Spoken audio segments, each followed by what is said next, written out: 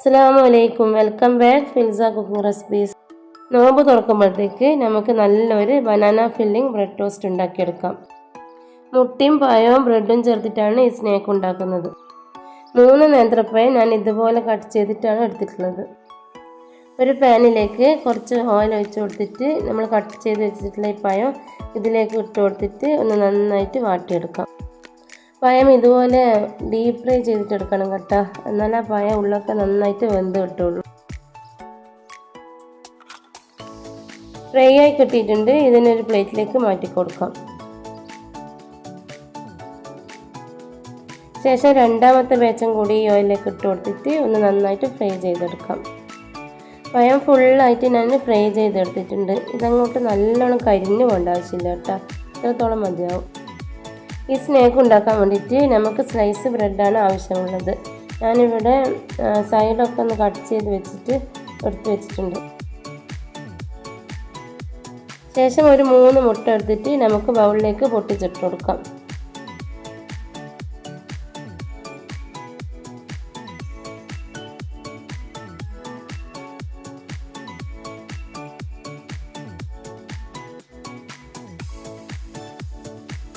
ഇതിലേക്ക് 3 table spoon പഞ്ചസാര ചേർത്തി കൊടുക്കാം.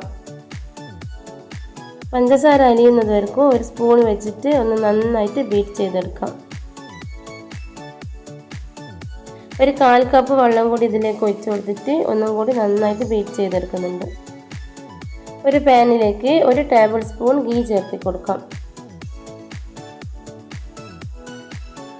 ഗീ ഒന്ന് ചൂടായി വന്നു കഴിഞ്ഞാൽ നമ്മൾ എടുത്ത് വെച്ചിട്ടുള്ള ബ്രെഡ് സ്ലൈസ് ഈ മുട്ടയുടെ ബാറ്ററിൽ ഒന്ന് ഡിപ്പ് ചെയ്തിട്ട് ഇതിലേക്ക് വെച്ച് കൊടുക്കാം. ഒരു 3 പീസ് ബ്രെഡ് ഞാൻ ഇതുപോലെ ഡിപ്പ് ചെയ്തിട്ട് ഇതിലേക്ക് വെച്ച് കൊടുക്കുന്നുണ്ട്.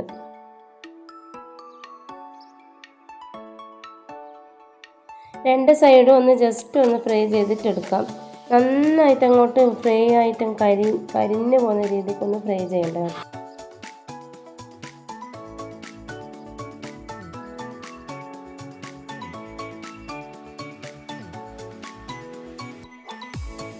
ലോ ഫ്ലെയിമിലും മീഡിയം ഫ്ലെയിമിനും ഇടയിലായിട്ട് നമുക്ക് ഈ ബ്രെഡ് സ്ലൈസ് അങ്ങോട്ടും ഇങ്ങോട്ടും മറിച്ചിട്ടിട്ട് ചൂടാക്കി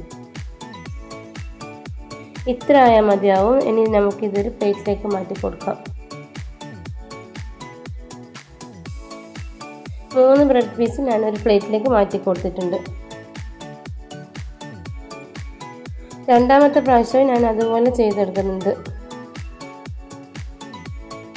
ഇത് ഇവിടെ റെഡി ആയിട്ടുണ്ട്. നമുക്കിത് പ്ലേറ്റിലേക്ക് മാറ്റി കൊടുക്കാം.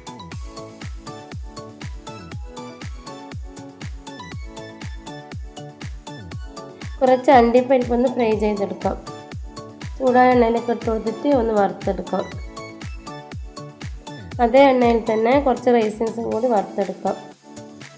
ഇവരൊക്കെ ഉണ്ടോ, ഇത് ഒന്ന് ഓയിലി ഒന്ന് മീലോ.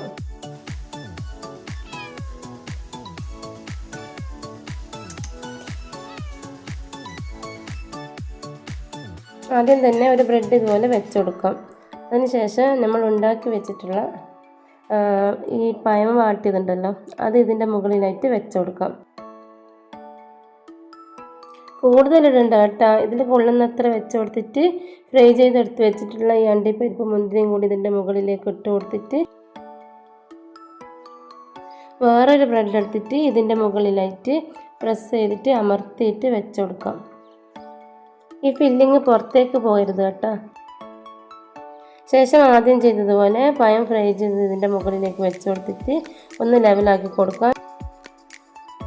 ശേഷം ഫ്രൈ ചെയ്തെടുത്ത് വെച്ചിട്ടുള്ള അണ്ടിപ്പരിപ്പും മുന്തിരിയും കൂടി ഇതിൻ്റെ മുകളിലേക്ക് ഇട്ട് കൊടുത്തിട്ട് ഒരു ബ്രെഡും കൂടി വെച്ച് കൊടുത്ത് ഒന്നും കൂടി നന്നായിട്ട് പ്രസ് ചെയ്ത് കൊടുക്കാം. ഇതിനെ ഒരു പ്ലേറ്റിലേക്ക് മാറ്റി വെക്കാം.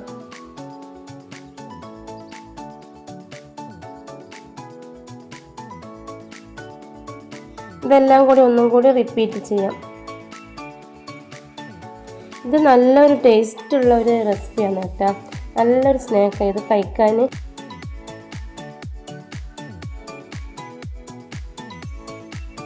ഇതിൽ ബ്രെഡും മുട്ടയും പഴവും ആയതുകൊണ്ട് തന്നെ പഞ്ചസാര ഇട്ടുന്നില്ല, അതുകൊണ്ട് നല്ല മധുരവും നല്ല ടേസ്റ്റുമായിട്ട് കുട്ടികൾക്കൊക്കെ നന്നായിട്ട് ഇഷ്ടപ്പെടും. ഇതിപ്പോൾ ഞാനൊരു സെറ്റിൽ 3 അട്ടിയാണ് വെച്ചിട്ടുള്ളത് കേട്ടോ. ഇതിനെ ഒരുമിച്ച് പിടിച്ചിട്ട് നേരത്തെ എടുത്തതിൻ്റെ ബാക്കിയുള്ള മുട്ടൻ്റെ ബാറ്ററിൽ ഈ 4 സൈഡൊന്ന് ഈ ബ്രെഡൊന്ന് ഡിപ്പ് ചെയ്തിട്ടെടുക്കാം. ശേഷം പാനിലേക്ക് കുറച്ചും കൂടി ഗീ ഇട്ട് കൊടുത്തിട്ട് ഈ എടുത്ത് വെച്ചിട്ടുള്ള ഈ ബ്രെഡ് ഒന്നും കൂടി ടോസ്റ്റ് ചെയ്തെടുക്കാം. ഇതിൻ്റെ മുകളിലായിട്ട് നമ്മൾ എടുത്ത് വെച്ചിട്ടുള്ള ഈ മുട്ട ബാറ്റർ എല്ലാ ഭാഗത്തുന്ന വിധത്തിലൊന്ന് സ്പ്രെഡ് ചെയ്ത് കൊടുക്കാം.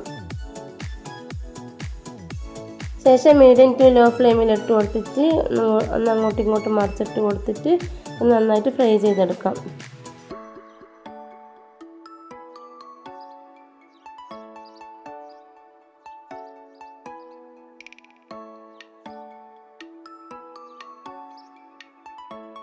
രണ്ട് സൈഡും മുട്ട ബാറ്ററായി കൊടുക്കാം. മറിച്ചിടുന്ന സമയത്ത് കൈ വെച്ച് ഒന്ന് പ്രസ് ചെയ്തിട്ട് ഒന്ന് മറിച്ചിട്ട് കൊടുക്കാൻ ശ്രമിക്കാം. ഇല്ലെങ്കിൽ ഇത് വിട്ടുപോകാതിരിക്കാൻ വേണ്ടിയിട്ടാണ് ഇങ്ങനെ ചെയ്യുന്നത്. ഇതിവിടെ റെഡി ആയിട്ടുണ്ട്. ഇതിനൊരു പ്ലേറ്റിലേക്ക് മാറ്റി കൊടുക്കാം.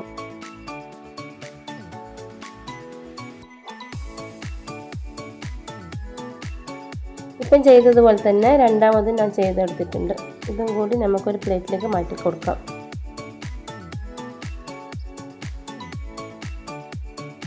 Banana filling bread toast ready ആയിട്ടുണ്ട്. ഇത് കാണാൻ തന്നെ നല്ല ഭംഗിയുണ്ടല്ലേ. ഇതുപോലെ എന്തായാലും ഒരു പ്രാവശ്യം നിങ്ങൾ ഉണ്ടാക്കി നോക്കണം.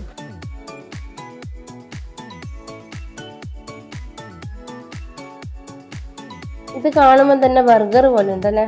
നമുക്കിനി ഇത് കട്ട് ചെയ്തിട്ട് കഴിക്കാം.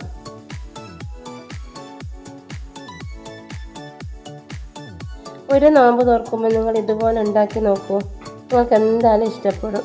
ഇഷ്ടപ്പെട്ടെങ്കിൽ സപ്പോർട്ട് ചെയ്ത് സബ്സ്ക്രൈബ് ചെയ്യാൻ മറക്കരുത്. Thanks for watching.